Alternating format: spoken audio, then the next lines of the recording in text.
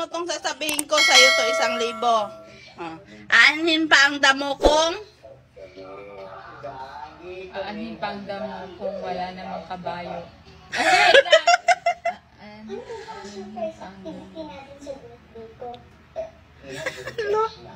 Wait lang. Hindi, may time tayo. Hindi pwede maubos ang oras. O wala ka na, time out. Babalikan na lang kita pag alam mo ng sagot. Wag mong i-search. Wala ko sinesearch. Si Gray naman. Gray, sa'yo to kapag nadugtungan mo yung sasabihin ko. Anin pa ang damo kong? Ano? Patay na yung baboy. Tama? Mali. Hindi, mali. Mali yun. Ito nga, ito. Okay, Nan.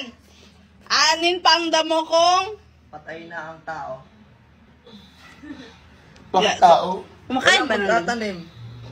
Walang magtatanim daw. Wala daw magtatanim ng damo. O ikaw, alam mo na siguro ang sagot. Alam ko, nag-search ka dyan sa Google. Huh? Anong sagot? Kasi nanghihingi ng pambili ng bigas.